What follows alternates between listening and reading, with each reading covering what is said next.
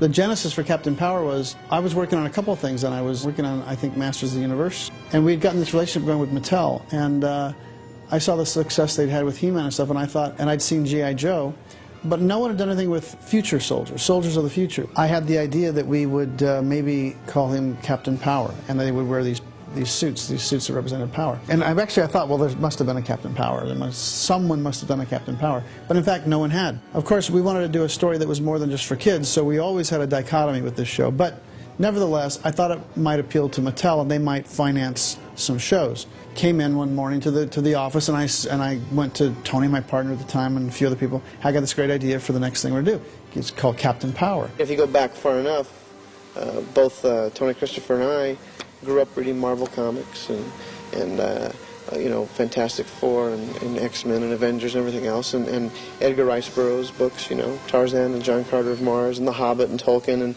Doc Savage, Conan, everything. So in that sense, the back history is all the pulp magazines and comic books and pocket books and science fiction and fantasy things that I grew up reading from the time I was able to read. I think if I was to classify myself, I'd say I'm a storyteller. Characters begin to speak to you. You sit down and start writing, and the characters, they start telling you who they are. Jonathan Power starts telling you. You just happen to be typing, in my case anyway. And that's kind of how it evolved. In fact, the genesis for Captain Power, the basic characters and Sauron and Blastar and Lord Dread and all these things really evolved in one long night of typewriter. Two questions. First, it was like, Captain Power is too obvious, and then secondly, can you even get it? I'm like, well, I know we can get it because I did a quick trademark search and it's available, so I think we should just register it anyway. And then in one long night, I knocked out all the basic bios and the basic story, basic setups, and I justified his name by naming him Jonathan Power. So I thought that took a little of the edge of it. So he's not really like a superhero. He's not Captain Power. He is Jonathan Power. And all of the guys essentially assumed a military rank of some kind. The power suits were created for a reason, to help a human warrior battle against far superior robotic creatures. I also very early on gave him the credo that they would protect all life. Yes, they fight, they battle, but they only battle against these robotic creatures, which became biodreads. We went to Mattel. We made sure we had the trademark registered for Captain Power before we went in, because I didn't really want to hear that someone else had already thought of Captain Power. So we got this meeting, we said, we think we have the next great thing. And it was not interactive at this point. It was going to be a standalone. The big innovation was simply going to be, it's a live-action show for kids with CGI robotic villains that our live-action guys are going to fight against. When I was a kid, I watched Fury and I watched Sky King, and there were a lot of live-action shows, and they'd kind of disappeared. So I thought, let's do a live-action show. It'll stand out. Let's use CGI, although that was a very new medium. But they immediately lit up Captain Power, and said, wait, wait, wait, and they went and called everybody, and suddenly there were like 15 guys in there. Gary came in and made a presentation, Captain Power and Soldiers of the Future. I had worked with Gary on the He-Man movie, and he came in with Captain Power, and it was going to be shot as live action, and I thought it was a great story. Mattel was very interested in it. We had the walls lined with artwork. I took them through the whole thing, and it's so funny, because I finished. One guy says, is that name really available? Isn't that something? I said, you'll be happy to know we've trademarked it, which ended the discussion there, you know. They were so surprised that we'd actually trademarked the name. So very quickly, they got very hot to trot. They didn't tell us why. They asked us to come back 3 days later. 3 days later, they showed us the technology that they had been developing for an interactive show, but they did not have anything to put it with. Action figures were declining. He-Man was declining. We had what we thought was a good idea in the show, but we needed really good product, and together we felt they could work. We needed toys that were very unique in order to support and make a property based on the show successful. And they wanted to know, is there a way you can make this work? We had this technology. Obviously, we had a pre-existing relationship with Gary Goddard and thought of him as being an extremely talented and creative guy, and so we tried to marry those two. And this is like the deal with the devil, right? This is like, okay, I can get this show on, but now I've got to make it interactive. So my whole thing was, if we can find a way to do it, I said, look, I don't want to do a show where someone comes on at the beginning and says, kids, go get your interactive jet, and now it's time to start playing, because I wanted to make a real show. So I said, if there's a way we can do it, we can work it into the story where if someone just turns the show on, an adult or a teenager or whoever, and starts watching it, he will not know there's an interactive element. The only ones that will know are the kids that have it. That'll be their secret thing. And so if there's a way to do the show and we can work the technology in to do that, I'm okay with it. We basically got the technology and we worked out a way, creating the robot sentries. I mean, if you've seen the show, you know the robot sentries have the targets. Some of the bases had targets. We felt we had had some success in the kids' television business, and we felt that we could use our expertise and make it a viable business. They had had success with the He-Man shows, and they thought, well, why don't we get in the TV business? Jeff Sagansky had just become CEO at TriStar Pictures, and he wanted to be in television, and he flipped over Captain Power, and he wanted to do the television series. It would have been TriStar's first television series. They were going to do the whole thing, because I was saying, well, look, I don't think Mattel's going to do this unless they do the TV show too. And he said, Gary, they'll do the toys. They're in the toy business. Let the TV guys do the TV show. You should do this. And I arranged a meeting with Joe Morrison and John Weems. We had the licensing rights from Gary. We had control of the property. We were putting in the money. Mattel, because of its strength in the kids business, would basically get the show on the air. And why did we need to share everything with TriStar? Instead, what that meeting did was, if Mattel had been on the fence at that point about doing the TV show, the fact that TriStar wanted to do the TV show convinced them that, oh my God, this is the show we should do. So for a week and a half, I really was tormented, because I really wanted to go with, I mean, now Joe and John, now you're going to hear this, but I really wanted to go with TriStar, because I knew if we were their first television show, that they would put all of their might behind it and make it work. Clearing a show in the kids business, the muscle comes from the advertising of the toy company. It doesn't come from the distributor. And I remember I went back to Ziffer and I said, look, they're not going to do it. And he said, they'll do it. Trust me. When we tell them we're doing the show, you think they're going to let the toys go? And I think I was just a little too young and too anxious to get the show done to believe him. But in retrospect, of course he was right. You know, I suddenly say, TriStar is doing the show and we're doing it, and you don't want to do the toy? Are you crazy? Because then we'll just go over to Hasbro or Kenner or whoever was then. But anyway, we didn't, and Mattel gave us full support on the show, on the financing side, so I can't complain. We were attempting to take the other side of the equation and control it a little more so that it would be to Mattel's benefit. We were trying to make both the show a success and the syndication effort a profitable business for Mattel. Matt, if you're hearing this, it's because I don't expect to be coming back. There's much you need to know, my friend. Listen carefully. Gary Goddard is the ultimate pitch man. Clearly the success he's had in the years since Captain Power with theme parks and all the things he's done, that's not a surprise at all.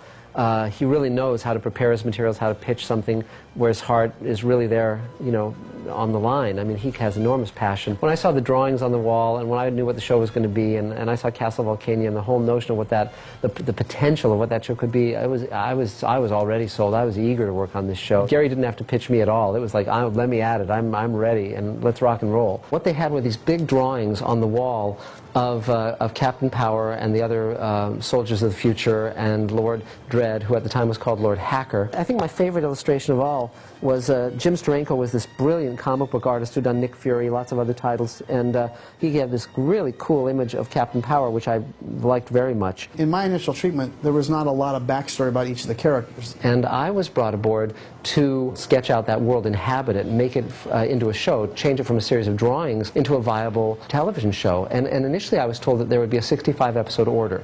So we were going to have a lot of episodes, so it had to be a big vision and a big world.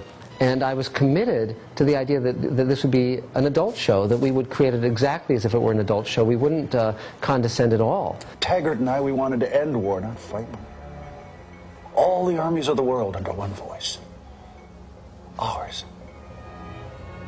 We could have abolished war like that. It wasn't your fault, Stuart. Oh, yes, it was. I knew Taggart was obsessed with power, with the idea of immortality. Oh, Matt. What have I done? You gambled, Stuart. And if you'd been right, you would have gone down in history as the man who ended war. Yeah. Well, I'll tell you one thing. One way or another, I'm going to end this one. I swear it. I think science fiction has an enormous power and enormous ongoing validity in this world. There's a great tradition of post-apocalyptic stories in science fiction. I mean, we were all children, all of us who wrote for Captain Power were children of the Cold War. And the whole notion that in a moment, Earth could be wiped out and you'd be left in the ruins of your planet, that was a landscape that we all lived with. What's the origin of that transmission? Sector 19. Used to be San Fran. Mentor. Online, Captain. Can you pinpoint the area that transmission came from? Location, formerly known as the NB District. There's very little left, I'm afraid. West Coast resistance used it as a base until Dredd eliminated them. We no longer live in the Cold War, the shadow of the entire planet being destroyed and left, you know, a devastated ruin. I don't think we're going to see the world destroyed in that way, thank God. But it's still an extremely beguiling fantasy of rising from the ruins. As the show was approaching production, by that time I was also writing features. I was being hired to write features. I was working both in television and movies.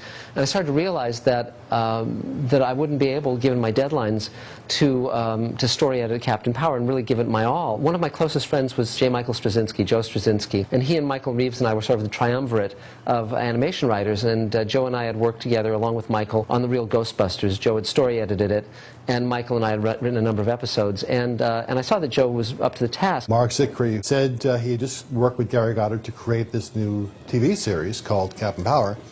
And he did not really have any interest in being the showrunner. He didn't want to be there day to day. And they needed someone who could be there as the showrunner. And much to my astonishment and theirs, they hired me. Joe never liked the name. The whole show was sold on that name, Captain Power and the Soldier's Future, so it wasn't like we had any choice. I profoundly hated the title. I would often say to Gary, you know, can we please change it to Power or to Soldiers of the Future? Must it be Captain Power and the Soldiers of the Future? Which A, is very long, and B, is the dumbest title in the history of really dumb titles. But they had sold this to Mattel, and they figured Captain Power, Soldiers of the Future, is like He-Man, Masters of the Universe.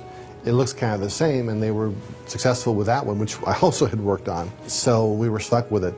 And the drawback is that for science fiction fans who were looking for a serious story, they wouldn't tune in to something called Captain Power. And those who would watch a show called Captain Power often weren't in the mood for a serious science fiction story.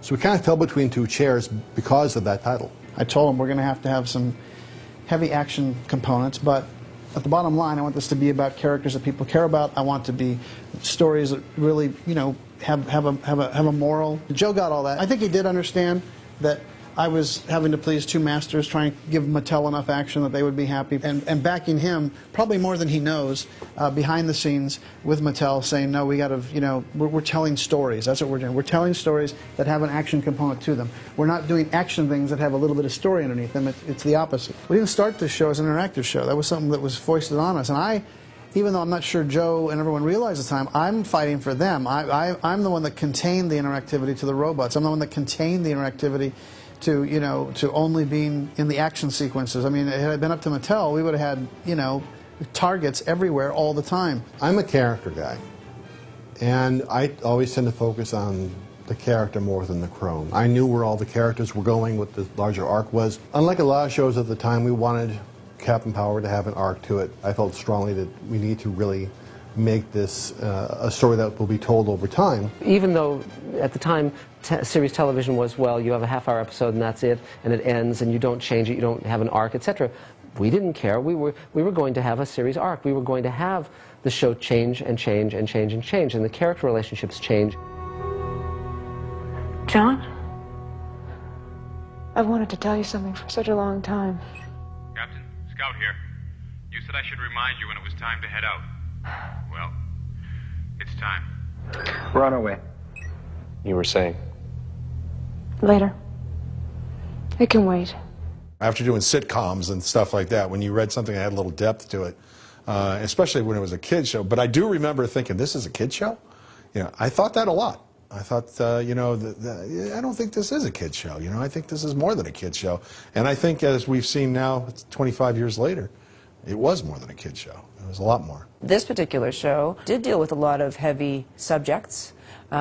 It's a cautionary tale, you know. There are very emotional high points in Captain Power, and we wanted that. Now, toy companies don't want that, but they want to sell toys. Our job is to sell emotions and to sell human interaction. That's what makes a story. No matter what they are, to us, they're human beings, and they have feelings like human beings, no matter who the characters are in the show. Whether it's a cartoon show, live action show, you want to get into human conflict. If you don't, you have no show. You could do intense stories on it because Mattel was financing it, but they weren't quite running it. We had a whole plan for this that would have gone across several years, because I think that at that time, we really hadn't seen a lot of it, and this was where I kind of cut my teeth on Babylon 5 in terms of coming up with a long, adult-oriented arc. Never say a machine is more important than a human. You're an innocent. You know that? Innocent? I've been called a lot of things, but... I know. You've seen a lot. Been through hell. But it's still there.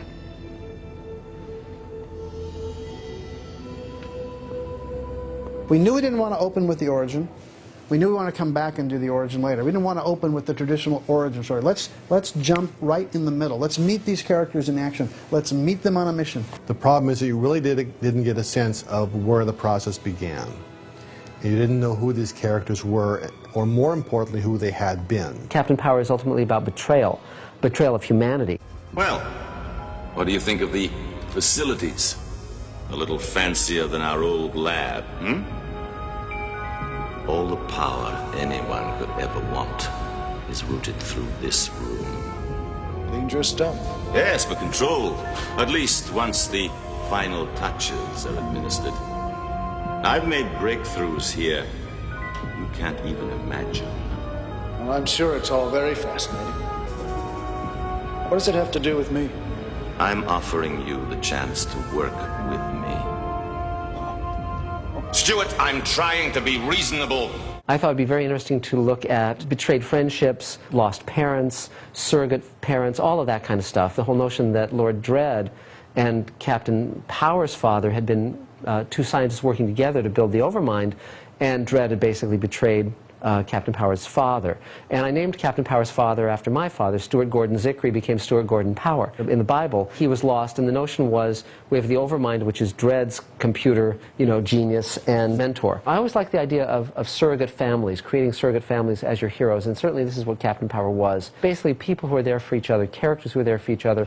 I can't do it again, not again. You're so alone. No, not alone, not alone. I'll be there with you, and I'll find you, and we'll fight it together. But we've got to hope. We've got to hope for what we once were. Captain Power shows up to inspire people, to bring people together, and he's basically building an army and building a force to stand against Lord Dredd's battle robots and battle dreads and all of those characters. We would see what humanity had been reduced to, which was basically a kind of a dog-eat-dog world, and Captain Power would be someone who could inspire. It's very clear that people can become their worst selves or their best selves depending on who leads them. And so you can either get Hitler or you can get Martin Luther King. I was almost thinking of those two templates for Lord Dredd and Captain Power, basically the best and the worst that humanity had produced. And the idea that Captain Power rises to be someone that can inspire and can lead and would ultimately, of course, win out way down the road in the show. The ability of humans to reach out to each other is their great strength. Sacrifice is a word we all know too well. There is no one within the sound of my voice who has not lost someone. A wife, husband, children, friend, lover. But there is one thing we must never lose. Hope. I think it's really important to spend the time to give a proper story and the background to our characters. So I kept pushing and pushing and pushing. Let me do, a two-part episode. Let me give the characters a background. You can release it as a movie if you want to overseas. And they finally agreed and let me write Summoning of Thunder, which the actors really appreciated because they didn't know what the background was. And the idea that Lord Dredd would actually let Jonathan Power get away because it's the anniversary of his father's death really broadens out the character. I miss you, Dad.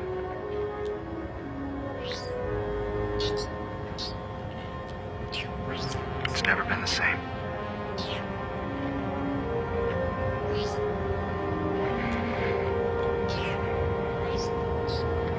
Hawk sends his best.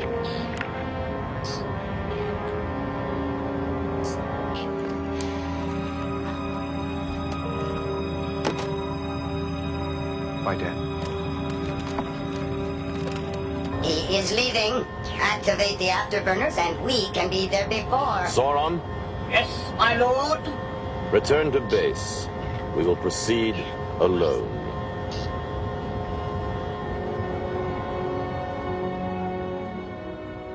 Again, the monster never sees the monster in the mirror. And there was a part of Dredd that was still compassionate. And that was a conflict between him and Overmind and him and his shadow self. I really liked the idea that this is a man who thinks he's doing the right thing. Because he never saw himself as a villain. He thought he was saving mankind. So therefore, if he is indeed that character who is saving mankind, there has to be a measure of compassion, however much that may be distorted. These are dangerous times, Stuart. You have 1 hour. Beyond that, I cannot be responsible for John's well-being. If it was simply a series in which an omnipotent mad scientist were engaging human beings, I don't think that would be very interesting. Power and his team managed to survive each episode and defeat Dredd and his team through human values like courage and loyalty and compassion, against which my forces are impotent, thereby defeating me, because my technology is worthless against this sort of courage. The world must prevail. This is your new world. This is what you've left humanity. This too will pass. It will be worth it. Nothing is worth this. He's right, my poor friend.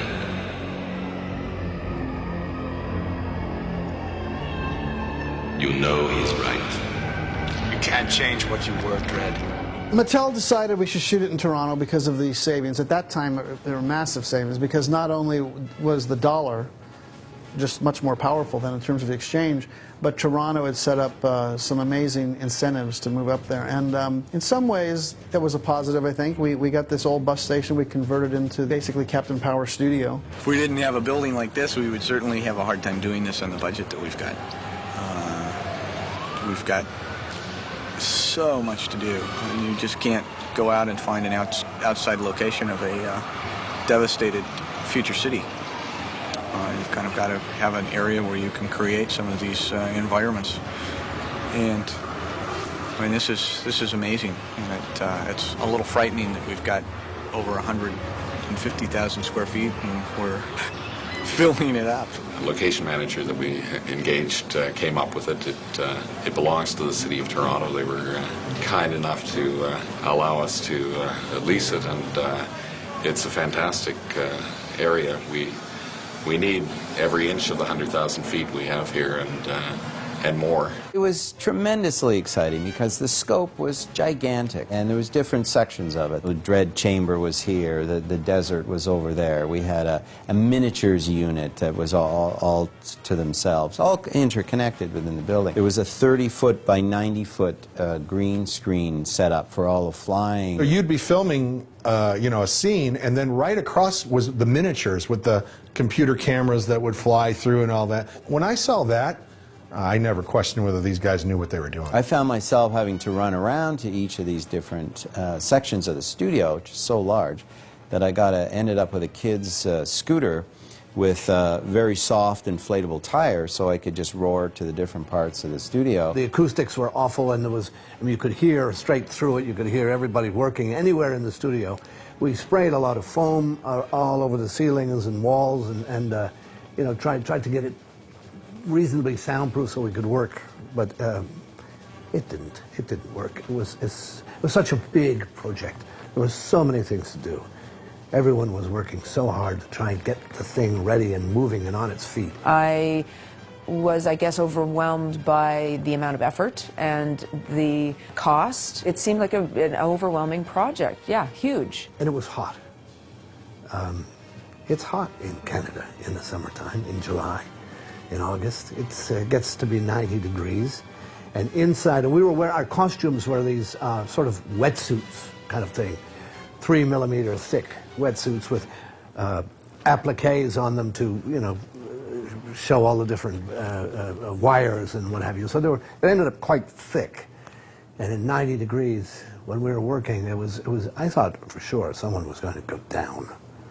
They had buckets of ice, large buckets of ice and cloths in them, and every few minutes someone would run up to you when you finished a take and squeeze this cold water down your neck and rub the cloth all over you. Otherwise, it was going to be people fainting, and, didn't matter. Didn't matter. It was the best job in the world. We had about, if I remember well, 5 or 6 suits per character. There was always at least one hero suit that was beautiful, shiny, and that was made out of fiberglass and, plated with this, special metallizing process. So that took a lot of work, and you couldn't really use those to roll around because they were going to get damaged really easily. There was also a couple of suits that were stunt suits, and those were made out of rubber that we figured out how to use to make them flexible. They weren't necessarily that much lighter, but they were a little bit more flexible, and they weren't going to get damaged as easily. But I don't know that they were very comfortable for the actors. I think they went through a lot to, carry those through the whole show. The sets and the costumes, and at some time in the beginning, got in our way, or got in my way a bit, because they lent this feeling of comic book and unreal sort of situation. But once we had learned to just relax into it and relate human to human, we found it one heck of a lot easier. It was just a real human story, and I think that's the thing that we like about most of those kinds of shows, the really cool ones, is you can see the human element, the pain, the suffering, the sadness, the memory, all the things that you worry about in your own life. It's a Christmas tree. It's a Christmas tree. Exactly. It's 4712 Mark 24, John, or had you forgotten? It's been so long. On top of our victory over Project New Order, I thought it was high time. I really loved the show, really loved to do it, and when I heard my character could fly, it was the best thing in the world. When it really came down to flying, it was tough. It was really tough. Come on, kid. Hang on! The first time I tried on the harness, which was, I believe, an old Superman harness that fit right on your hips and had wires coming from it, so you were in perfect balance. It was great fun because it would take half of your weight off. and you'd feel just, terrific. And they'd lift you up in the air, and a slight movement of a hand changed the aspect of your body. It was wonderful, great freedom. But when you were up there for 15 minutes and they had you like this, head down, your head started to swell up, and it was really uncomfortable. So I just couldn't do it, and they hired a stunt guy. And what a brave fellow he was, because he was up there for hours and hours and hours working in front of the green screen, doing all the flying scenes. So yes, it's great to do a character who can fly if you don't have to do the flying. I traveled to Canada a couple of times in the process of this. Once when the show was just gearing up, and I met with the cast and saw the sets as they were being constructed, because you kind of have to have a sense of how that world looks to be able to write for it. And once again during production. I like to go to the studio and see the studio, and I love the studio up here because they had a refrigerator just for beer. Not during shooting hours, but boy, the end of the day was great beer drinking times with the crew. The crew worked hard. It was one of the first shows run by computer, which is appropriate for the content of the show, because I would be sitting in LA and I would write a script and I would then modem it off, as we said then, modem it off to John Copeland in Canada, who would then get it, and we'd fire back notes back and forth to each other. Most shows were still running off of physical hand copies they would carry of scripts they would bring to the set and to the studio. We were firing back and forth on email and downloading things and looking at rough images online, which is, again, we're talking here 86, 87, which long predates the internet as we know it now. We're talking about 56K modems, on a K-Pro 2. So the primitive technology was there, but we were using it in an advanced sort of way. We were able to achieve quite a bit of economy when we were shooting. Each director, I believe they came in and they did 2 shows back to back. When the heroes are in the jump jet cockpit, we would try and shoot material for both shows that director was doing. When we were in the dread chamber, we would try and do the material in there. Each show wasn't done as a distinct piece. We were able to block shoot. So once again, it had to be very well organized, so everybody knew what was needed in each of the locations, so we were able to have these economies with our time. And I was a big proponent, of, George Lucas's theory of Star Wars, where it's not a shiny space. It's a used space. The ships are worn, and I definitely thought, well, that ship's going to have a lot of wear and tear. So that argument was made to me. Well, you said you want this stuff to look lived in, like it's been used. And I said, okay, all right, let's do it. But I just don't want to look in there and feel like I'm looking inside a B-52 bomber, from World War II. And I think the art directors solved that pretty well. I think it looked good. I think it worked. It was good. The argument was we can get this plane for nothing, which they did. And rather than starting from scratch and building a whole new jump ship, let's take this shell, this fuselage, and let's make it the interior of the jet, and let's just shoot in there. And I was like, okay, fine, let's make sure it looks cool. Because Toronto was just starting to get going, the directors didn't have a lot of experience. I think that the direction was sometimes weak, not really understanding the nature of a sci-fi action show, action-adventure sci-fi show. And the directors pretty much admitted it. They'd come off straight-ahead detective dramas and stuff like that. We were finding our way, for sure. I mean, there's no question about it. The scope of this hadn't really been done on a regular basis up till now. So we were always pushing to get the action scenes to play better. It wasn't their fault. I think they were just, a lot of them were green. A couple of the directors, but we had to hire Canadian directors. It was a point system. We put the value on the script first. So once we had the writers and the Americans, and we had a certain number of cast members Americans and a certain few other things, then directors had to be Canadian and other things had to be Canadian, so that's just the way it was. We felt Captain Power probably had to be an American actor. And man, we looked and looked and looked. We had casting searches. We saw so many people. We saw a lot of television stars too who wanted to play it, and we were seeing anyone from the age of like 20 to 35, and we were looking for that guy. Tim was the one. He came in and he really had the charisma, I think, and he had the energy. I remember the day I auditioned for the show. The audition was down on Hollywood Boulevard, right across the street from Grauman's Chinese Theater, in a building there. And I remember walking into the audition, and they had all of the sketches up on the walls. And I remember thinking, what the heck is this thing? I was very prepared for the audition, I remember, and I felt like I really did a good job in the audition. And I remember walking out and walking down the street and feeling like that's great. I got that down. I did a good job on that audition. And then they called me when I got home and said that something went wrong with the camera that they had filmed the audition with, and they said, can you come back and do it again? Then I got the part, they told me I got the part, and then they told me I had about 8 days to move to Canada. I had 2 cars, an apartment full of furniture, and all that kind of thing.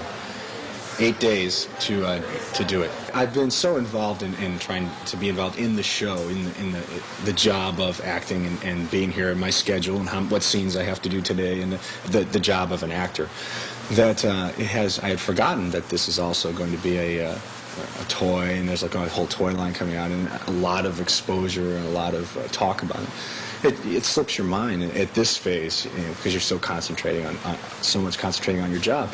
But when I went and I did a commercial for Mattel last week for the toy, and when I walked in and I saw these boxes of, stacked up with Captain Power, Captain Power, Captain Power all over, it's a bit of set you back a bit. It's a bit frightening for me. This is.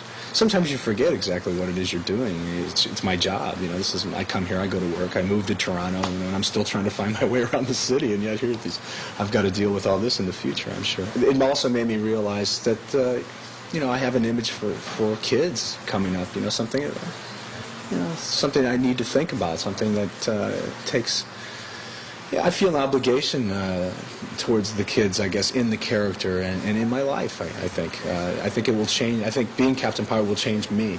And I think changed me for the better. Ever since then, I look at the scripts, and if there's something that I don't feels right, I will, I'll bring that up. I'll say, I don't know. I don't think he should do it this way. I think he would do it this way, which is just all a part of, I think, finding the character, a process. And the fun part, the rehearsal process and finding it, that's, as an actor, is very, is much more fun. I flew to Pittsburgh, I remember, and to a Toys R Us, and put on the Captain Power outfit, and, stood there all day and signed things for kids. I remember, I think Kellogg's came out on the back of a Kellogg's Cornflakes box. There was a Captain Power face mask or something. And I remember I got a picture, I think I still have it, of me and a little kid wearing that mask.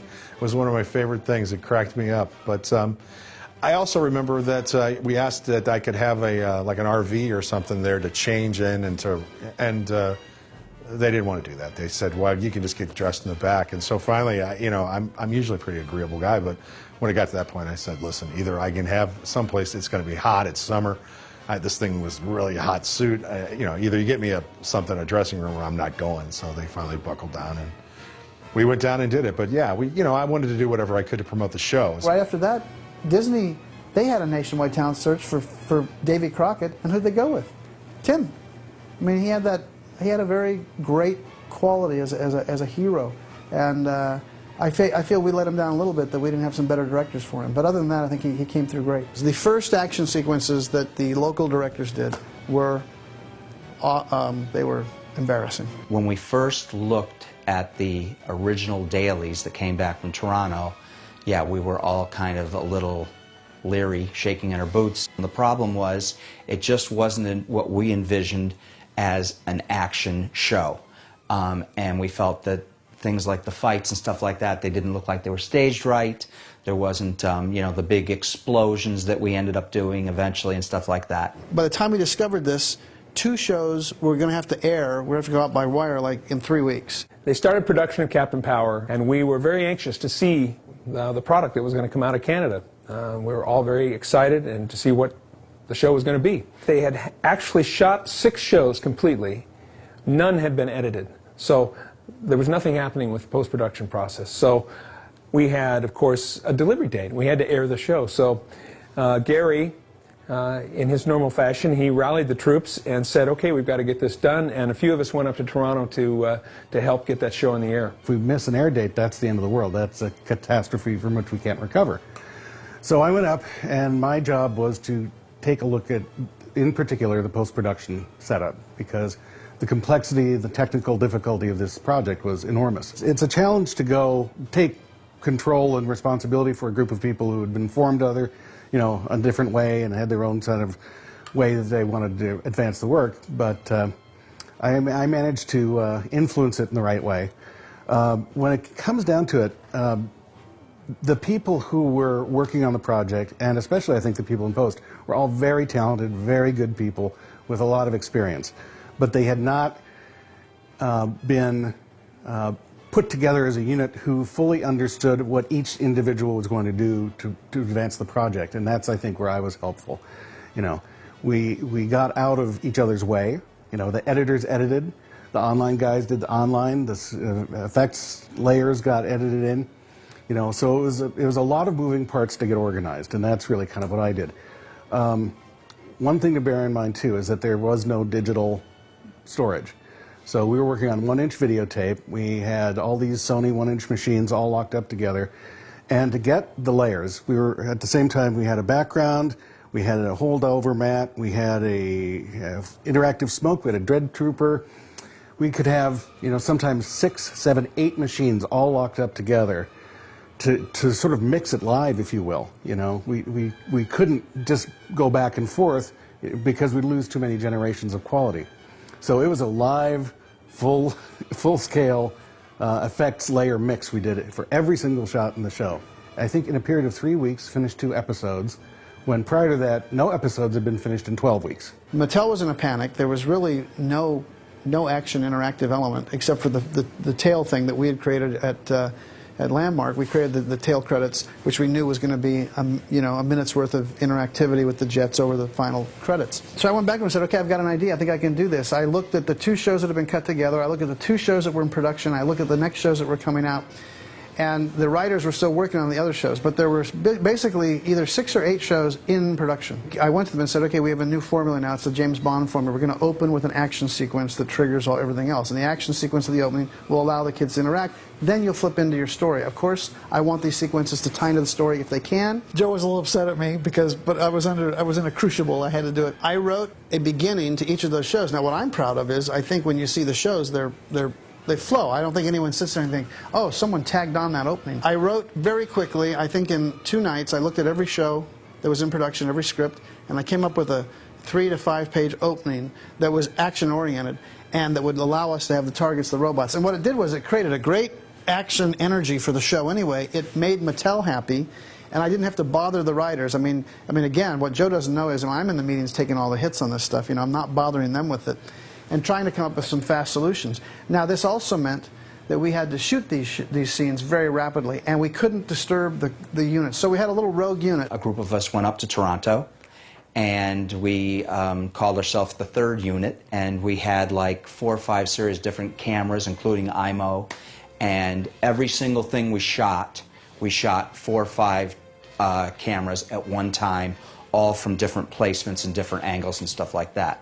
And the great thing about it was we would get up and we'd go out at night and we would just blow stuff to Kingdom Come. We had a really, really great time. We were more, you know, on location than we were actually, you know, in the bus depot. And we were knocking those scenes out, I think, like, I think we maybe had 3 days for each. It was 3 days, 3 days, 3 days, get these things. But they were high impact, robots, explosions, pyros, all that stuff. And so it was very expensive. Some days you'd go in and they'd wire you up for sound, but then they'd also wire you up with squibs all over the place. And it was a lot of fun. I mean, I had my helmet on in the middle of this terrible gunfight, this terrible ray blasting fight. And I'd take a hit right to the helmet, and there's this great explosion on my helmet. And I take it off and look at the helmet and say, you know, as if, you son of a gun, you've dented my helmet. Now you're going to get it. Put it back on and continue firing, you know. It was like being a child again. It was like playing all the time. As it is, I can say this now. I mean, the fact that I was writing and Tony was directing those action sequences, that was very much under the radar. But there was no other way to get them done that fast. And with Tony, I could say, no, don't do that, do this. We need to get something on there that really understands. We're looking for energized sequences, and also you've got to be thinking in your mind that target's got to be on long enough for the kid to target and still keep the pacing of the scene going, you know. So that was the whole thing that was happening at that time. The directors, when we started, didn't know what a plate shot was. Okay, the first 2 episodes are done, and we get a pack of 35mm transparencies. These are the plates. They shot plates of the set. And we had to go up there in a rush and go, okay, it has to be moving footage that we're going to actually put in the characters and later. It's not a slide of the set. So, I mean, it was that kind of baseline stuff. A lot of trial and error, which on a show that was being as innovative as that you have to expect, but there was this added layer of the inexperienced directors with sci-fi material that I think also added a layer of complexity. As we're racing to get the show done, we'd had 3 of the prototype jets, and we were adding signals and making sure we were given the encoding from the Mattel engineers of what was required. Each of the special effects sequences had that encoding. With the prototypes in the actual studio, everything was working fine. We were waiting to get the actual first real shipment, not prototypes, but the real toys off the line. And we got those in. They were drop shipped to us. Probably it was within a couple of weeks of having to send the first 2 shows out, but more importantly, they were shipping the toys out, and the toys had to be in the marketplace. We get the first box, we all get a jet, we all put the show on, we take our jets, we're sitting about this far, about as far as I am from the camera right now, and we're like, and nothing's happening, nothing. And we're like, okay, what about you? What about you? No, nothing. Run it again, run it again. And so now we all just, all of us, we start edging closer and closer. And I think David Thornton, who was head of post-production, I think finally he walked up to the screen, and if you got right to the screen level, it worked. We knew at the time that there wasn't going to be any corrective measures taken by the manufacturer. There are millions of these units already built, boxed, shipped, ready to hit stores. So we knew we'd had to be on the software end. We had to find a way to enlarge those signals enough so that the product would work properly. We found out that the frame had to be a certain size on the TV in order for the interactivity to work. I guess they wanted a pulse which would, at a certain frequency, which would react to the toy. So I developed, as part of the uniforms of the Dread Troopers, a light box, which was on the front and on the back. And there were battery-powered lights in there. There was a little bit of a diffusion to spread the light, and then there was a green gel. So when the lights came on, there was this green image, which could later be dropped out as a green screen image, and the correct pulse would be put in. So of course there was only one exposure that this green would work at, and so whether the scenes were day in the desert or dark night interiors, the whole series was shot at one exposure, and that's the exposure that registered the green, which enabled them to use it as a green screen. All of the interactive signals had to be at least 4 times as big. And as you can imagine, from a production standpoint, that was a nightmare. We had to go out and reshoot all the Dread Troopers with bigger badges on them. And then in post, we came up with some things to layer in. We created this thing called interactive smoke. If you ever look at Captain Power, it looks like the whole place is on fire the entire time. It's because we had to keep layering on these different effects layers to get the interactive signals encoded. We got the encoding in, we got the CGI in, we got everything, we got the action sequences in, we got it all put together, we've got the music scored, everything. After a serious 5 or 6 weeks of work to get the first 2 shows completely edited, completely mixed, and done, we met at the post-production studio, and David, who was the post-production supervisor, and I watched the FedEx truck pull away from the studio late in the night on its way to ship those shows to New York for the first airing.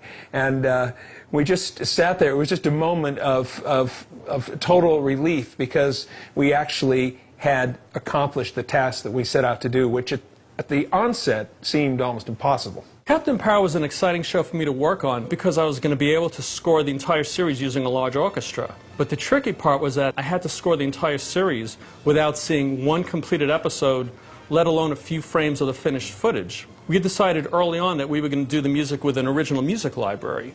And I was going to write all the music for the library, and we were going to place it to picture. And we figured we would have all the cues written ahead of time, and then we would just place them in the episodes as the episodes were finished. Since there was no footage that I was able to see ahead of time, it was quite difficult coming up with the music. I was able to read several of the scripts, maybe 5 or 6 of them, and there were a lot of storyboards I was able to look at, and I saw some really nice illustrations.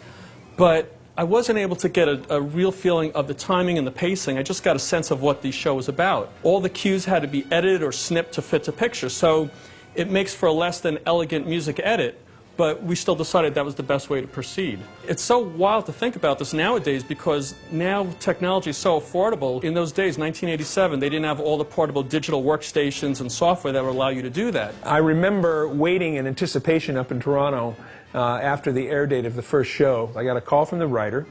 I got a call from the composer, and I got a call from the sound effects editor. The writer called and said, I can't hear the dialogue. The composer called and said, I can't hear the music. And the sound effects editor called and said, I can't hear any effects. And I hung up after those 3 calls, which happened over a few-hour period, and I just sat down and I kind of chuckled to myself, and I said, you know what? I think we got the perfect mix. I think anytime you work with new technology, there is the question, will this work? And we were working not just with CGI, but with the whole interactive aspect. There's always massive risk involved, but that's the fun of it. There's no point in doing that which is safe. I'd rather take a chance and fail than do something safe. Because the worst thing that happens if you fail is you fail. They can't kill you, they can't eat you, they can't put you in TV prison. So why not take a chance? And that was the fun of it, was walking on the wire. There was a desire to try something that nobody had ever done before. Those experiments are so rare, and it was done really well. The show looked fun, the scripts were great, the stories were fun, the characters were really, really interesting, and that, I think in that sense, that was a huge, huge success and very original. I always knew that we would find a solution. I always felt confident, you know, and when I went over and I said, look, you're going to take over every online bay in Toronto, and we're going to stay in those rooms until we've got episodes finished. What hadn't been anticipated was the complexity and the time it took to actually finish each frame. Obviously, there's huge cost impact. Suddenly they go from one online suite to suddenly there are 5 working around the clock.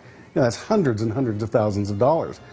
And quite honestly, we took up so much post-production capacity in Toronto that television advertising moved to Vancouver for that period because they couldn't finish their product in Toronto.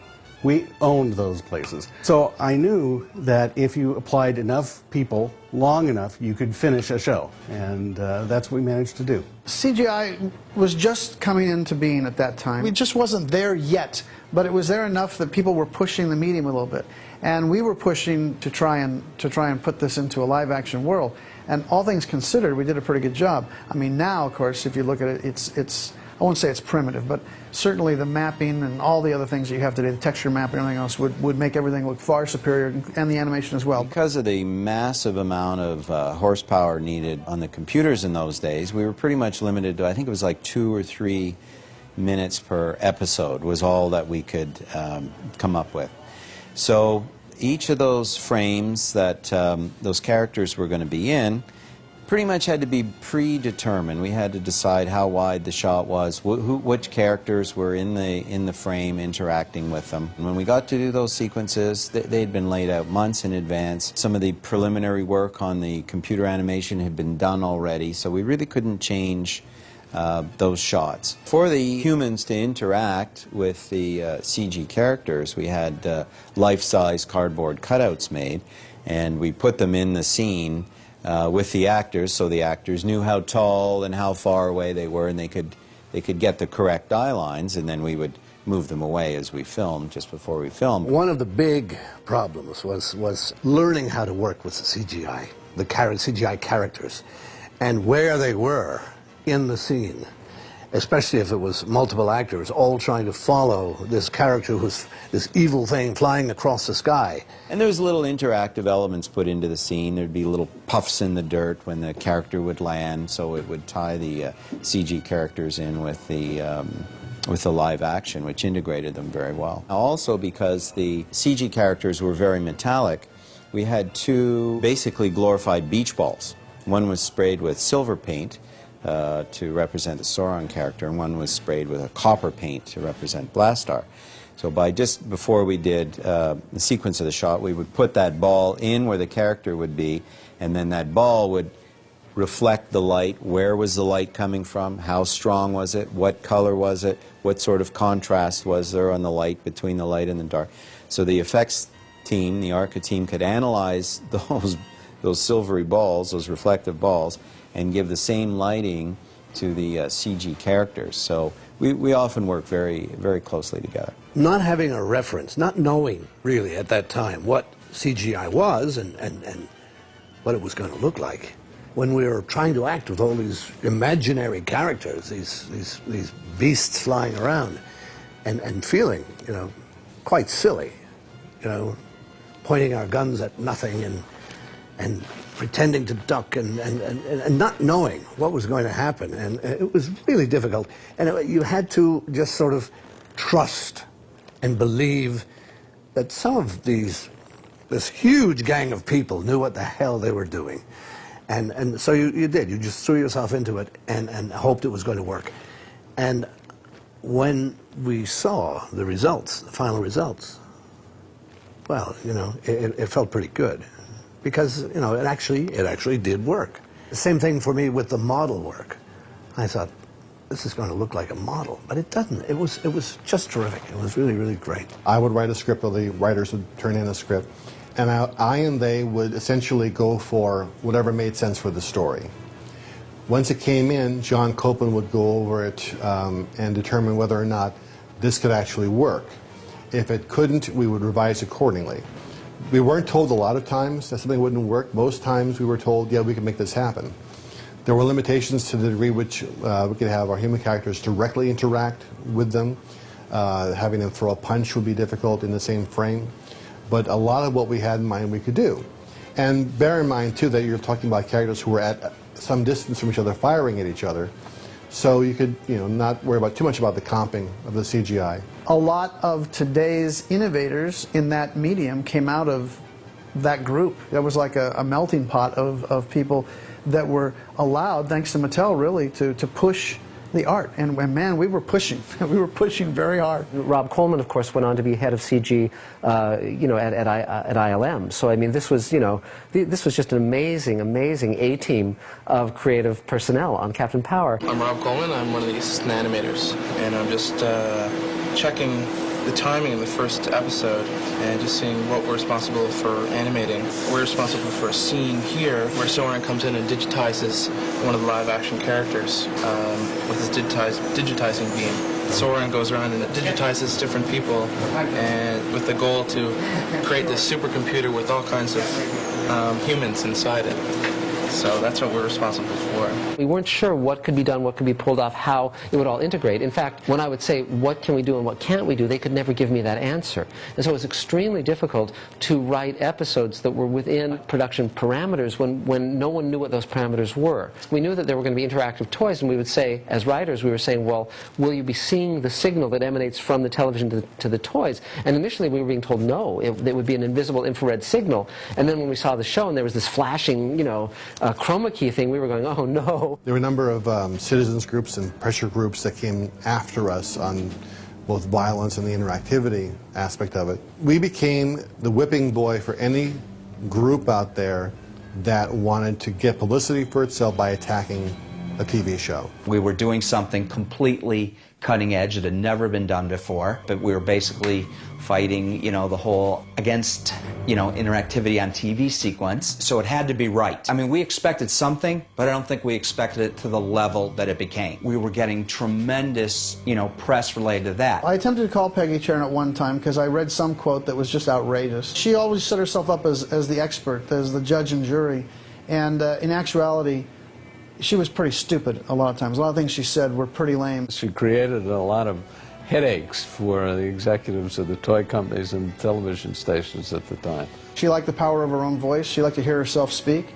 And I think she started to buy into her own PR after a while, like she was actually the savior of kids and stuff. In fact, what she wrought on the industry today, because of her, now we have a really bad situation where shows are commercials, commercials are shows. It's just, she's one of the causes of it. So rather than help the situation, and I will grant you that when she started, she may have had some positive motives, but she would not listen. You know, I'm good with everybody, you know, but how about you listen and consider things on its own merits? But when we tried to reason with them and say, let us tell you about this show, his entire purpose of being is to preserve all life. They were like, oh, that, you know, oh, that. No, really, that's the story. The whole thing was terribly frustrating because the show was an affirmation of life. It's an affirmation of hope. It says that, you know, we can persevere against the machines, that there is something inherently noble about being human. And they ignored that in deference to the fact that there are guns. You have a jet. You don't have a gun. You only fire, and they don't want to hear it. And to attack a TV show for violence is like putting on a suit of armor to attack a hot fudge sundae. It's overcompensating, and it doesn't deal with the problem. It deals with a picture of the problem, not the problem itself. So rather than taking an attitude, well, let me listen at least, let me see if maybe these people really are trying to do something that's positive. No, every toy company is a villain. Every toy company is only interested in selling kids on violent games. They're about to attack. And of course, Peggy Sharon can always point to the one kid who watches Superman and thinks he can fly and jumps off a roof. But you know what? Most kids don't do that. A kid that does that already has something wrong. And most kids do not go out after having played with a toy gun and buy a real gun and try and shoot people. You know, believe it or not, kids understand the difference between fantasy and reality. But Peggy had a different agenda. Her agenda was all about making Peggy more famous and making her, you know, I mean, you can tell now that she's an echo of that time. But what I was upset with was she would not listen. I don't think Captain Power warped or destroyed children. I think that it presented people pulling together to help each other. I think it said that there was something to be valued in compassion. I was a Captain Power kid. I played Captain Power every week. I shot at the screen at least 1 million times, and to this day I have never been arrested. I have never shot anyone in real life, and I don't even own a gun. I never had a moment of guilt or second thought about what we were doing. It was, I think, very telling that one of the people who was most critical of the show as a consultant and just constantly attacking the show in the press said, I will stop attacking the show if you will hire me on as a consultant. So we hired this person on as a consultant, and suddenly the show was much better, but not a single word of the scripts ever got changed. So you have to wonder what was the actual objective. The excitement has already begun in living rooms just like yours. Come on, Dad, it's time, it's time. We actually first launched it in a pre-Toy Fair in Arizona in January of that year. I went to Toy Fair and saw the presentation and everything, and everyone thought it was going to be a big smash toy line, and of course the interactivity heightened that whole idea. Mattel stock at the time was wallowing at about $6 or so. Within about a month and a half, it was up to about 10. I mean, there was just a terrific response to the overall innovation of Captain Power. There was a lot of excitement about it. I mean, it was just very new. It was very different. The initial sales and everything were very good. You know, I think there was a lot of excitement in the toy trade. I'm sure we started to ship it in sometime in the late summer, and then the show went on the air in the fall. So no, I think everything was coordinated pretty well. When you love a show, you want to be part of that world as much as possible, and Captain Power really allowed for interactivity in a way that hadn't been seen before. And I remember when we were writing the show, we'd haunt Toys R Us. We'd go and buy these figures. We weren't proud. We were all given one of these when it first came out, and I thought, what a great gift for my son. What a terrific thing to bring home a wee statue of his daddy working on this show. But when I got it home, I said to him, let's not open it. Let's leave it in the package. So I wanted to keep it forever like this. I didn't want it to end up in the bottom of his toy box like this. I was quite, you know, quite chuffed with the whole idea of being, yes, immortalized in plastic. That's me. Actually, I bought these, the Asian version from Singapore. There was one guy at American Airlines, I can tell you that, that's all I remember. He said, he recognized me. He said, aren't you? I said, yeah, and I said, I was on a flight, and you know, I'm 6'5", so I was in a middle seat trying to get wherever I was going. And I said, any chance I could get upgraded? And he said, well, I don't know, maybe. So I pulled one of these out right here, and he said, oh, we just happen to have a seat open. So yeah, I got, you know, and then he made me say power on. Clearly you can see what an accurate rendering this is, but it is still and that her hands are like this. Yeah, they're permanently like this. So she'll always get work, I'm sure. You're going to save the world by destroying it. Seems to me I've heard that before, and always by someone who thinks that he knows what's best for all of us. If you just listen. How many more will die, Taggart? How many more innocent human lives are going to be wasted for your dream of a machine age? Thousands? Millions? Tens of millions? And where does it stop? The problem with science fiction has always been that the networks don't understand it. particularly back then, we're talking in the 80s, this is a time when the networks were terrified of science fiction. And syndication provided an opportunity for us to get a toehold and expand the syndication marketplace, which oddly enough was created by He-Man. Before He-Man, there really wasn't a syndication marketplace for new programming. For old programming, sure, reruns, absolutely. But that was one of the first shows to create new programming for syndication. Captain Power came along, further expanded that and brought live action more into it and made it more of a mainstream within the genre form. Those shows that came afterward, from B5 to the Star Trek shows that took advantage of syndication, really kind of capitalized or built upon the foundation that we built with this show. It was a mad scramble to launch the show. Mattel had, through MTS, had made arrangements with all the different broadcasters. You go to the stations, they put the show on the air. The way the stations pay for it is in terms of advertising. That's the barter part of it. You get the advertising, you get 2 minutes, 2 commercials, whatever. I mean, it all depends on the deal. And then that has to be sold. So if TriStar did it, they would get 2 minutes, then they would go out and sell it in the kids' marketplace. Well, Mattel has a use for that advertising, so that's what they took. That's what we took. And we also then didn't have to pay a distribution fee, which in the business is pretty significant. We had 96 domestic stations, and then I think we had 20 foreign territories. And that grew very rapidly. Captain Power was very successful. I think we grew to 200 actual stations in the U.S. and over 60 around the world. I got introduced to it through the commercial, and the commercial was so interesting. My new cake mix. We have the power on. All right. And it's so delicious. I think we're getting through, Captain. What year? 1987, I think. Try it. Hello. To anybody watching, this is Captain Power. Jonathan Power. Do you read? We have a situation here. The year is 2147. Human life is threatened by biodreads. They follow a Lord Dread. I need your help. And that actually really piqued my curiosity and made me tune in to the show. The Call from the Future commercial was my idea. I said to Mattel, because we were seeing some stuff some agency had did. I was just looking at the same old stuff. I was like, guys, we need to do something better than that, I think, you know. I have instructions. Please pay attention. Weekly program transmissions on TV begin September.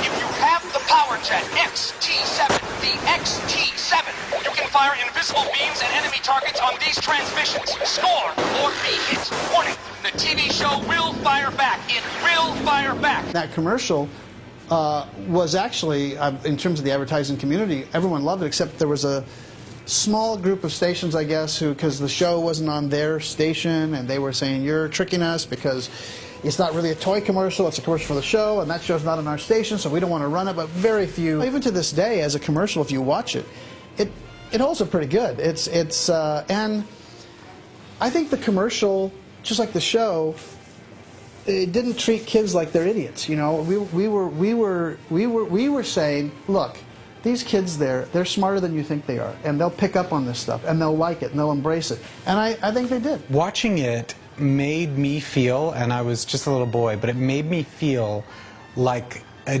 TV show was taking me seriously. This is the new voice of the Resistance, Freedom 2. And if anything happens to me, there's going to be a Freedom 3, and 4, and 5. We didn't start this war, but we're going to finish it. There was no network, there was no studio as such. I mean, we weren't getting notes from Paramount or Warner's or Universal or NBC or CBS, etc. So we were left with an extremely free hand to develop a very adult show, a very interesting show, an extremely varied show. I made something like this myself once. I was just a kid. Scrounged up the parts, cobbled it together. Even found a couple of batteries for the lights. When my mother saw it, God, I thought she'd never stop crying. I said I was sorry. Figured maybe I hadn't done it right. She laughed, smiled, kept right on crying. For what we'd lost and what we still had. This was basically, you know, the writers and the producers sitting around saying, hey, what story do we want to tell? There was a character introduced in the original draftsmanship and the original premise for Captain Power, Stingray Johnson. He was going to be in the water, but he got cut early on because everyone was like, we can't do a show with a guy in the water, we can't have water scenes. The problem was we couldn't afford to shoot underwater. It required a really big tank. We're going to keep him in right to the last minute. The toy actually got made. I mean, so it was very late in the day. We just said, okay, we're not going to do water. We'll bring him in later. One of the characters that we had, which we didn't get to do, unfortunately, was a character named Silvera, and she was a female robot, very, very strongly influenced by the robot in Metropolis. At that time, there was a Japanese artist that was doing these beautiful silver women, you know, that looked completely reflective of metal, very beautiful. I was thinking that we might be able to create a female robot like that Dredd had created for his own nefarious reasons. I was thinking we'd just get an actress and they would be able to, like, you know, basically go right over her and do it. At the end of season 1, she was going to be sent by Lord Dredd, disguised as a human, to infiltrate the Power base, and she was going to fall in love with Captain Power and become a double agent and go back, basically ostensibly working for Lord Dredd, but really working for Captain Power to bring about his overthrow. And that, for me, that was one of the most interesting characters of all. Falcor was going to be this CGI falcon, basically, a robotic falcon that he would have on his hand, and he would release to go spy for him. And one of the ideas was that whatever Falcor could see, he could see automatically. CGI just was not to the point. The idea of having this CGI falcon that would land on his hand, and it was just like the guys were like, no way we can do that. These characters that got cut were cut more for technical reasons than for story reasons initially. When we did the show, it was still at the very early days of syndication, and therefore it was on all over the map. It was on some stations in the morning, some in the afternoon, or even the evening. They would flip it around depending on what their needs were. It was a very complicated, hard show to find, let alone watch. You needed a calendar, a Ouija board, and a hunting dog to find the show on any particular day. MTS was a new company. They had no clout to get these shows on the air in the right time slots. And I think what would have happened with TriStar, it's all conjecture, of course, but TriStar would have thrown the entire weight of their studio behind this to make sure that this show was premiered in a major way, and they would have fought for the right time slots.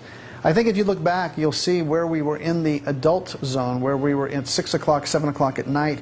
There were markets, I think it was Boston or Philadelphia, I can't remember. There were markets where we were right up against the new Star Trek Next Generation, and we beat them. We were beating them in their own time slots. The fact that the fans did tune in and made it a point to try and find the show says that we were doing something right with the story. It's no coincidence that Star Trek in their second season added more action. The first season, if you look back at the reviews of that Star Trek, you'll see it was very cerebral. It was all talk, very little action. They didn't have the Borg until a year later. There is no question in my mind that consciously or subconsciously, Lord Dredd and the Bio-Dreads and the whole idea of absorbing them into the New Order, you know, this was at the root of the whole idea of the Borg. What I couldn't believe was how much they made the Borg look like Lord Dredd. And it's a constant series of frustration for me, because all these people go, oh, did you copy the Borg? I'm like, no, they copied us. People look at Lord Dredd now and they say, well, he's a Borg. But the funny thing is, of course, we came first. Emotions are the enemy of order. You are now one of us. Immortal. Perfect. Yes. Yes, I understand. The past is gone. From this day on, Lyman Taggart is dead, and Lord Dredd lives.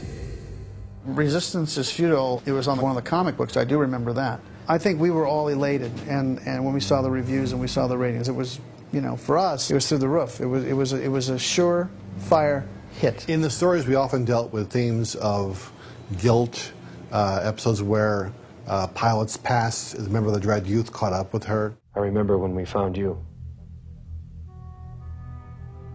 Got you away from the Dredd Youth. You were so full of rage. We were worried whether you would make it or not. I'm glad you did. We never ducked the issue that she actually was a member of Dread Youth, and she did terrible things. As we all, from time to time, do terrible things in our own lives, whether intentionally or otherwise, we all make mistakes. And the point of the show was, it's not that you made a mistake before, it's a question of what can you do now to make up for that and atone or do the right thing in the present tense. These are rather adult concepts. And there were, from time to time, little grumblings from Mattel about why are we doing this. But I think a lot of it kind of shot over their heads. And consequently, they left us alone. Jessica made it very clear that she wanted to move on from the show. She felt it was limiting her as an actress, which I can understand. We liked her so much, but she would not sign on for more than the first year. And she decided she wouldn't do the second year. And this is before we knew we were going to do the second year. So we said, well, if she's not coming back, let's take her out in a dramatic way. One more thing. When we get back to the base, I'd very much like to finish our conversation. I think we have a lot to talk about. All right. I was wary of the negative futuristic look, the post-apocalyptic look, and, you know, that humans had been whittled down to this tiny core and were surrounded by evil all the time. So yes, it was heavy. I felt like I couldn't live there for 6 years. So we didn't know when we started the shows that we were going to write her out. But once we realized we were going to have to, we decided let's make it powerful. Jennifer, hold on. Hold on, we're going to come. No. Stay clear. The auto-destruct is no good. I have to blow the power source. It's the only way. We're on our way to get you right now. There's another way to do it. It's too late. I'm all broken up inside. Stay clear. I'm sorry we never got to finish our talk. Jennifer, don't. I love you, John. So much.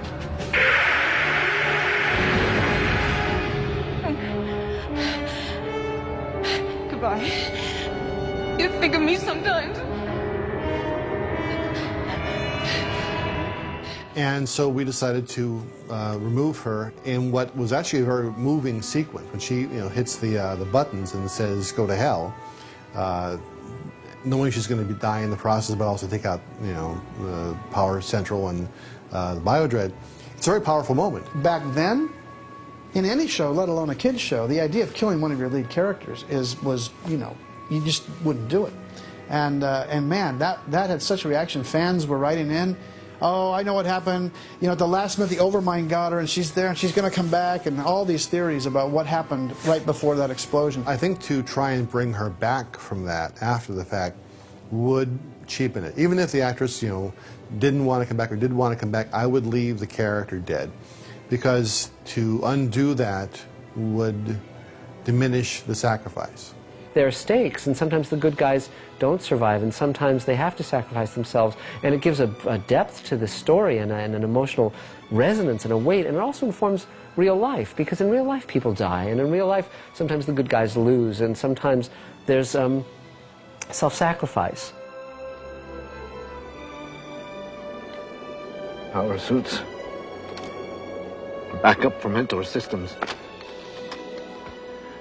She must have got it all out before. How could it happen, Captain? How? Captain Power, everybody wanted it. Everybody in the trade wanted it.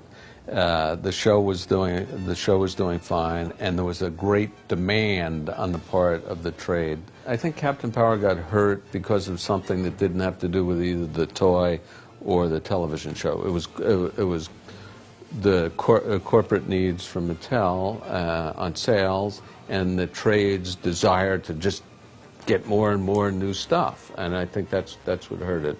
I think if there had been a little more moderation on both the toy trade and Mattel, it would have lasted much longer. Mattel, the corporation, was having some tough years. There were some difficulties with other brands. Mattel made a decision to ship a lot of product into the marketplace, and a lot of it was shipped late in the year, and it wound up not selling through at Christmas.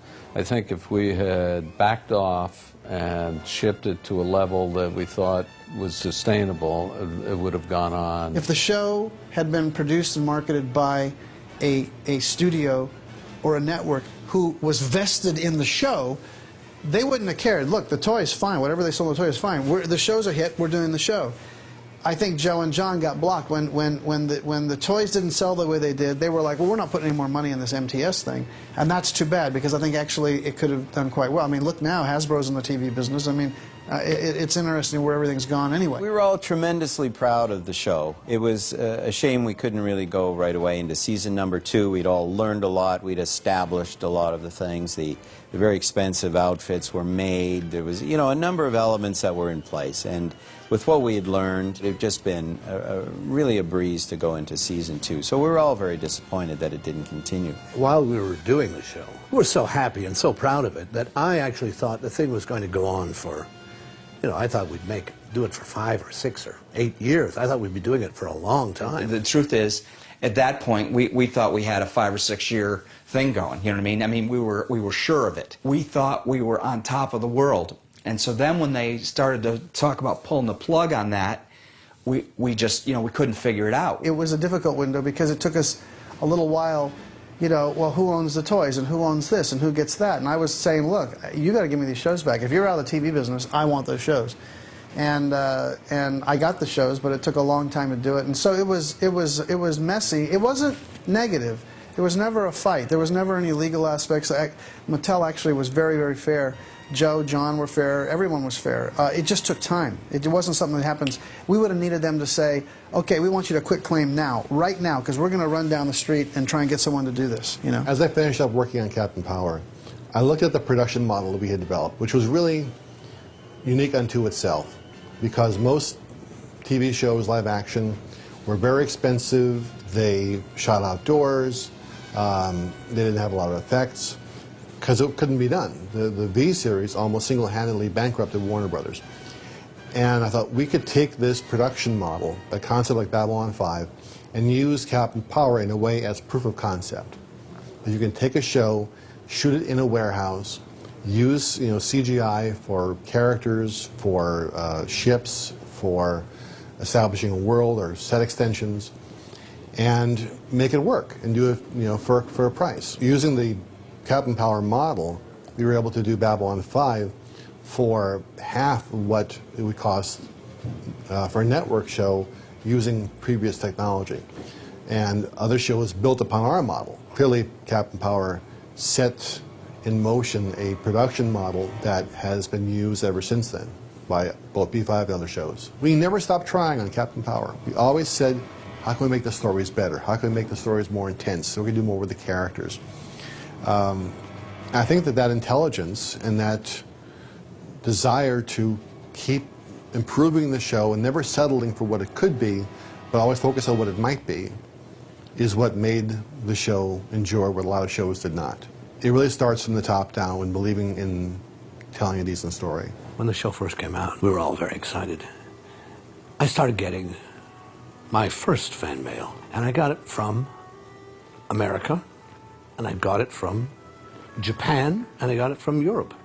I was absolutely shocked. I got lovely letters, endearing letters, that people said it was their favorite show, and you think, God, the work we've done is having an effect on people, and that makes you feel good.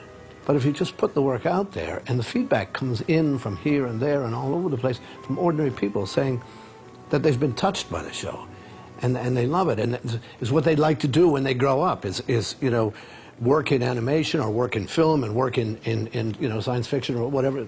It's really very pleasing. It's very satisfying.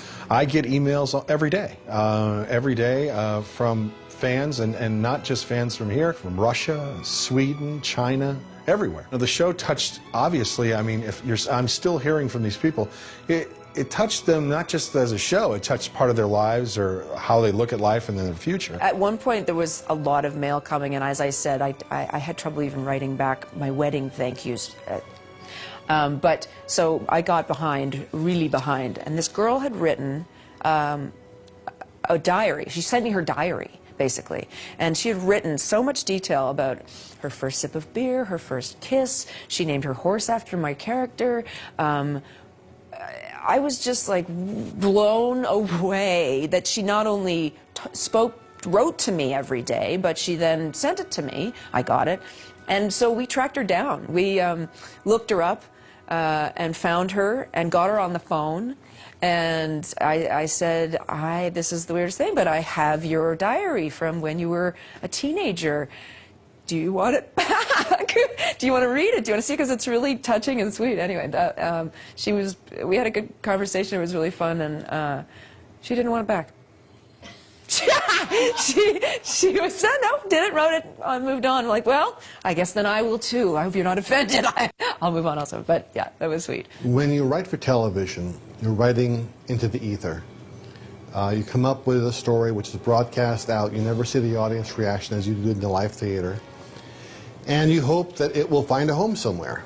And you hope that, years down the road, someone will say, you did a good story. And so it's rewarding and demonstrative of the fact that we did a good job, that today, here we are, 20 plus years later, and I still get comments from people about Captain Power. I still get fan mail from people. And it's a nice reaffirmation that what we said about human nature, human dignity, persists.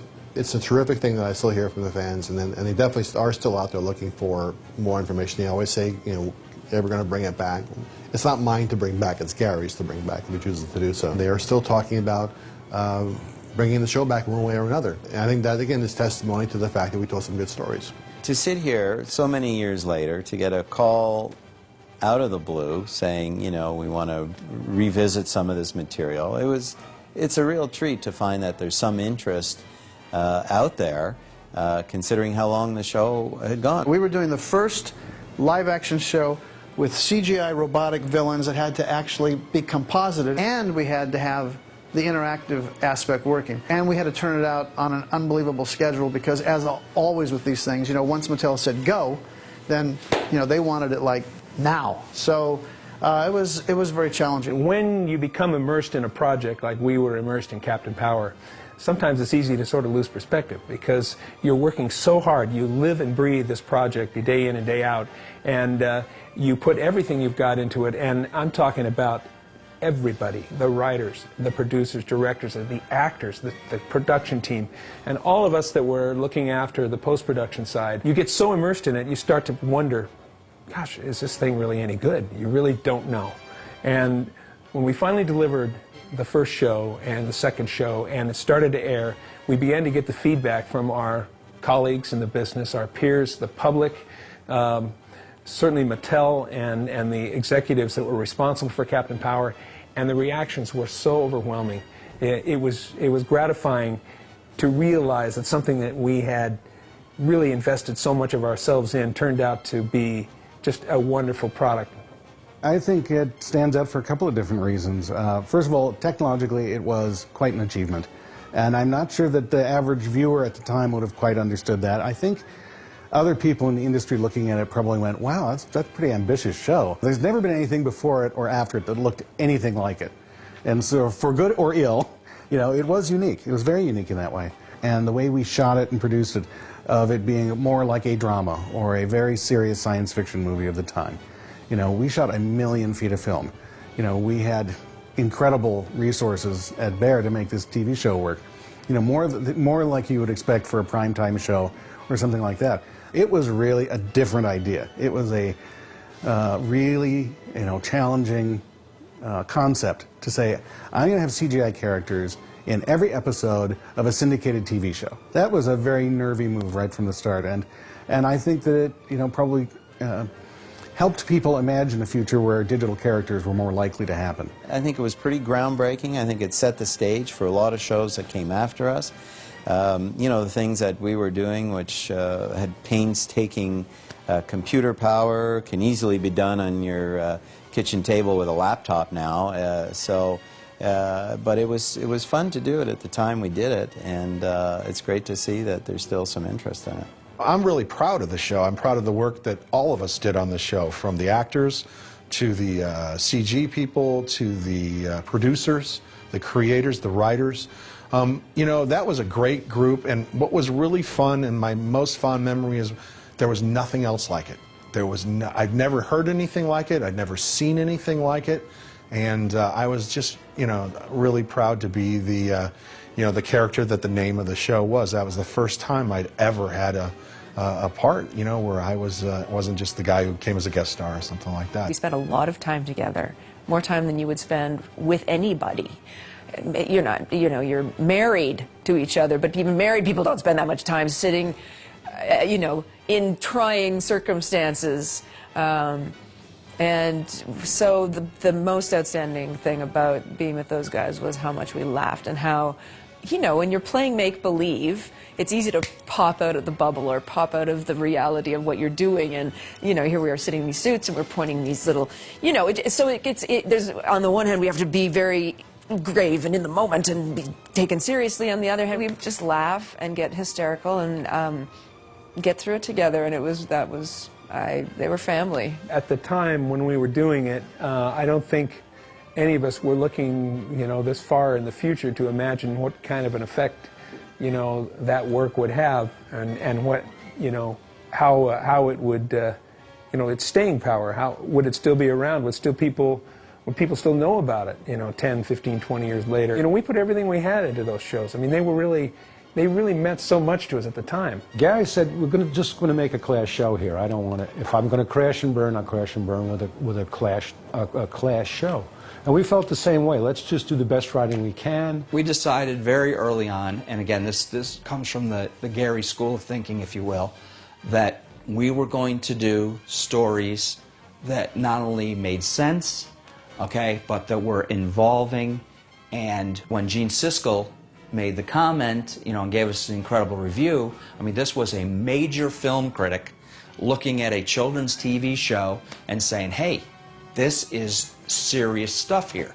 The writing's incredible. Some of the ideas that were being created within the stories were so, ahead of their time, particularly for television. And I think that all these years later, a lot of it really holds up. For those people that grew up on Captain Power, it worked. It absolutely worked just the way we wanted it to work. It was a great science fiction, fantasy adventure.